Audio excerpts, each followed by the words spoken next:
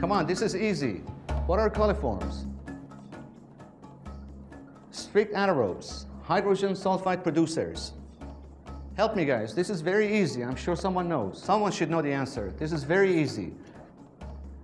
از شما انتظار ندارم این سوال جواب بدید. برای اینکه فکر میکنه جوابشو بلدم یا برای اینکه فکر میکنه بلد نیستم؟ سر از کارش در نمیارم. Come on, how about you? How about you? تخمیر کننده های لاکتوز. من قرار بود فقط چند هفته در آفریقای جنوبی بمونم و میخواستم به دکتر کازرونیان نشون بدم چقدر خوبم، اما نمیفهمیدم چرا در حضور اون عصبی میشدم و خودم نبودم. یادم نمیومد که حتی توی ایران هم اینطوری شده باشم. There will be 5 points if you can answer this question. و این به خاطر اون نمره‌های احمقانش نبود که به هر حال به نظر میرسید نمیخواد به من بده. با اینکه جوابو بلد بودم. تخمیر کننده های لاکتوز. Someone help me out with this question. Huh? This is easy. Yes, there's no points this morning.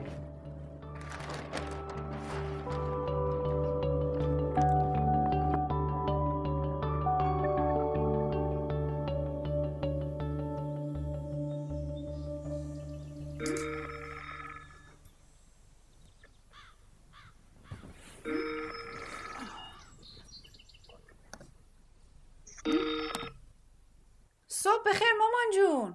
سلام عزیزم. ماما حالت چطوره؟ حالم خوبه. یک خبر خوبی برات دارم. بگو. ای وای نه، من باورم نمیشه. دوربین خریدی؟ آرمان کمکم کرد. آرمان.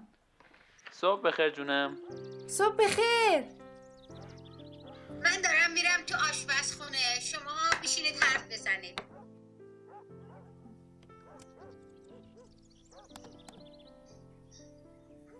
وای نه، ارتباط قطع شد.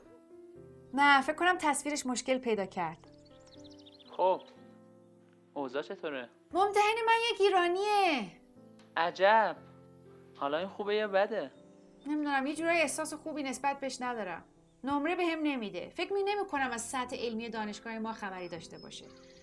احساس کنم به نظر تحقیر به من نگاه میکنه. خب جلب توجه نکن. جلب توجه نکنم؟ آره، سرتو پایین بنداز، بی سر و صدا باش، خودتو جلو ننداز، خودنمایی هم نکن.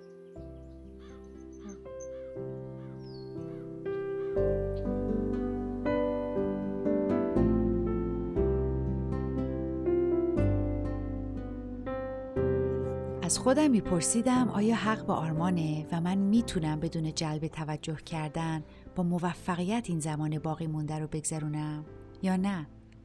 به هر حال هرچی کلاسمون کوچکتر بود این کار سخت‌تر میشد. به خصوص وقتهایی که فقط ما ایرانیا تو کلاس بودیم. مثل گاهی که با دکتر کازرونیان در درمانگاه عمومیش کار عملی داشتیم.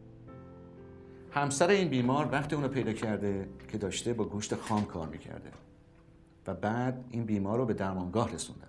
حالا اولین سوالی که میکنیم چیه؟ چه نوع گوشتی داشته برای شوهرش درست میکرده؟ آیا بارداره؟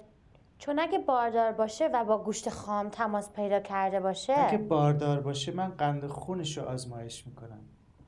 دیابت زمان بارداری ممکنه آدم رو بیهوش کنه. آلرژی. من در مورد آلرژی این خانم سوال میکنم. سالمونلا. آلرژی، دیابت، سالمونلا ممکنه جنین در خطر باشه. خانم میلانی شما چیزی به فکرتون نمیرسه؟ خودنمایی نکن. خودنمایی نکن. خانم میلانی فکر میکنه ما داریم زود قضاوت میکنیم که این زن حامله است، چون ممکنه یه زن امروزی شاغل باشه. حالا من فقط داشتم فکر میکردم که تو خانواده ما رسم بود پدرم کباب درست میکرد. پس اول باید پرسید چه چیزی باعث شده که فکر کنیم بیمار زنه. خودنمایی نکن. خودنمایی نکن. چرا نمیتونستم جلوی زبونم رو بگیرم و حرف نزنم؟ در واقع بیمار مرده و کلیفرم ها مخمرهای لاکتوز هستن. درسته خانم میلانی؟ پس چرا نمره به من نمیدی مرد حسابی؟